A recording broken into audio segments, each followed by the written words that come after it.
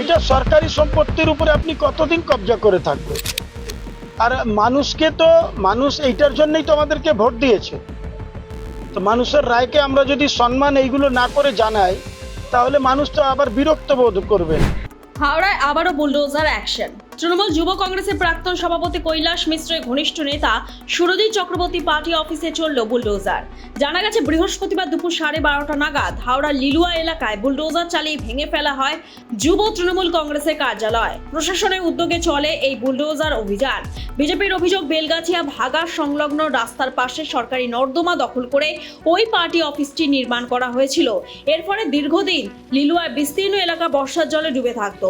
তাই জমা জল দ্রুত বার করার জন্যই প্রশাসনের পক্ষ থেকে এই উদ্যোগ নেওয়া হয়।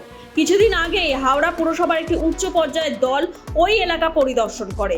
তখনই সিদ্ধান্ত নেওয়া হয় সব অবৈধ নির্মাণ ভেঙে ফেলা হবে। সেই মতো এদিন হাওড়া পুরসভার পক্ষ থেকে বুলডোজার চালিয়ে ওই তৃণমূল পার্টি অফিস ভেঙে গুড়িয়ে দেওয়া হয়। অভিযান চলাকালীন ঘটনাস্থলে উপস্থিত ছিলেন লিলুয়া থানার পুলিশ, পুরসভার আধিকারিক, বিজেপি কর্মী সমর্থক এবং স্থানীয় বাসিন্দারা।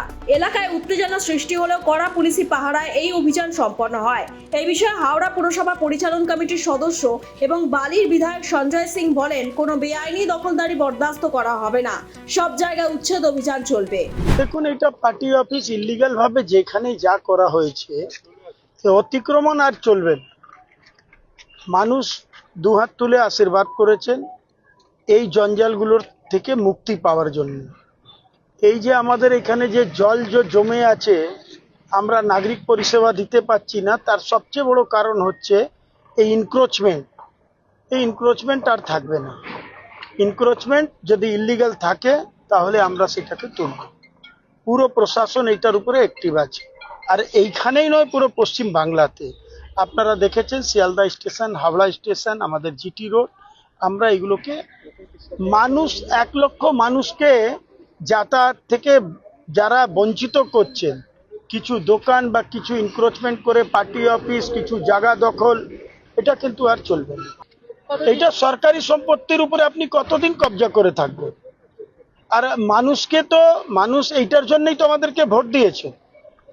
তো মানুষের রায়কে আমরা যদি সম্মান এইগুলো না করে জানাই, তাহলে মানুষ তো আবার বিরক্ত বোধ করবেন। মানুষ ভাববেন যে দেখো, যে কাজের জন্য এদেরকে দিয়েছি সেই কাজটাই হচ্ছে, তাহলে কিসের পরিবর্তন?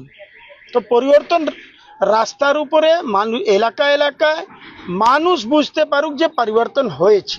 পুলিশ প্রশাসন যদি এইভাবে সক্রিয় হয়, তাহলে আসন্ন বর্ষায় হাওড়াবাসী যে জমা জলের যন্ত্রণা থেকে কিছুটা হলেও রেহাই পাবে তা বলাই যায়। এরকম ভিডিও দেখতে চ্যানেলটি ফলো করুন।